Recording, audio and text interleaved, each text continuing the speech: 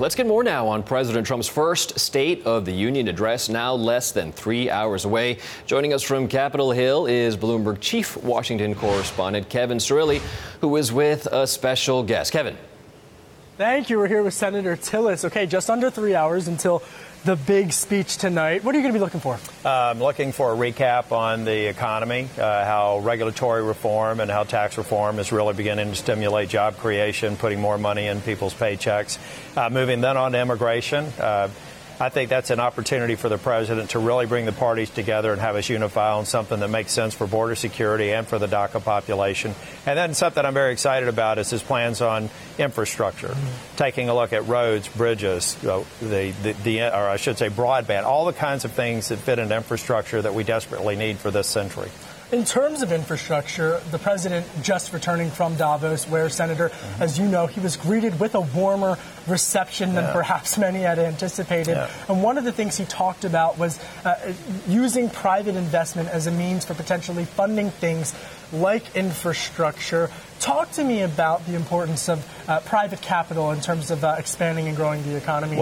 For policy. It becomes a multiplier. If you think about, we've got to have the money to build out the vision. And I think we're going to have a very strong vision communicated tonight. And I know that Secretary Chao is doing a good job of fleshing that out. But then we have to have the resources to get it done over a reasonable period of time. We have projects that are 15 years out now that are waiting for funding. We need to figure out how to pull that forward, and that's where collaborating with the private sector can help us get that done. And also collaborating potentially with some Democrats. I've spoken with several Democrats, as you know, who are weary of the idea of using private capital to fund infrastructure, but centrist Democrats might be willing to work with you. Is that possible on infrastructure? I think it is. I think infrastructure is one where you see a bigger base in the middle that are willing to work together. And I think that that's why we have an opportunity to see progress and see the vision the president is going to communicate tonight be realized. Senator, you've been one of the key senators in terms of working on DACA. We're up against a March 5th deadline. And before that, the February 8th deadline for a government funding bill. Where do things stand now on these DACA negotiations? I've spent 2.5 hours in meetings today. I've met with a number of people on the other side of the aisle. I've met with a bipartisan working group, and we're making progress. What we have to do is recognize the 4 pillars that the president put out for his framework make sense.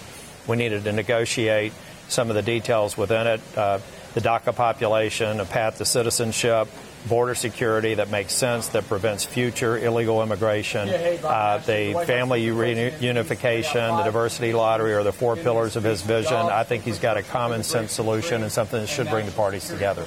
Do you think you can reach a deal by March 5th? I do. I really do. I think that most of what we have negotiated has either been in past failed attempts, so we dust it off and use that as a baseline for moving forward. And we're having really good discussions. I was in a meeting today for an hour and a half with about 20 members on both sides of the aisle that genuinely want to come up with a solution. We're going to have to accept there are going to be people on the far left and far right that won't vote for it. They'll never vote for the same measure. Therefore, we've got to focus on the people in the middle who will be reasonable, come up with a balanced approach, and also support the president's priorities. He is the president of the United States. We have Republican majorities in the House and Senate, so there has to be some weight given to the priorities of the majority, recognizing we need the minority and it needs to be a balanced package. Let me press you on that point, because when I was covering the partial government shutdown for about 3 days, based upon my reporting, it really was the middle of the road that really emerged as the consensus leaders in terms of getting a deal. Do you think that the middle of the road folks right now are feeling emboldened as a result of that when it comes to something like DACA? I think so. I think many of them want to come up with a solution. They're willing to work together. We've got areas that we're still in disagreement, but every single day when we get in a room and talk, we're making progress. Switching gears, in this speech, do you think we're going to hear anything about the wall, so to speak? I mean, that is, is a pretty controversial term. But you're saying border security. It means different things to different people depending on who you ask. Well, even if you talk to Border Patrol, and we had a briefing today with Democrats and Republicans in the room, their plan over the next 10 years is to provide wall structures over no more than about half of the full geographical border. So people that would go out there and say the president's still trying to build a wall are either uninformed or not being completely honest.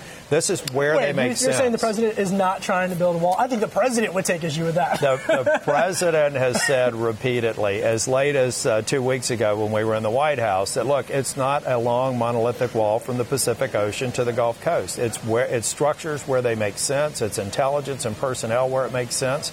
And the plan that his agency has put together is existing wall structure, about 600 miles that already exists, been authorized by Democratic members in the past, and a net new of maybe 500 miles, but some of that is to replace the existing walls or to create secondary walls. So when you talk about a mile or 2 miles of wall, it could be 1 mile where you have secondary structures. So people really just need to start reporting honestly on this and recognizing that the Homeland Security agencies have done a good job of defining where they need structures. It's not a large monolithic wall. We're not going to build the Western Hemisphere version of the Chinese wall, but we're going to use it where it makes sense to keep the nation safe and actually to keep people safe who are trying to cross the border, many of them dying in Texas and Arizona because we don't know where they are. That's where the people and infrastructure and technology together. Yeah, absolutely.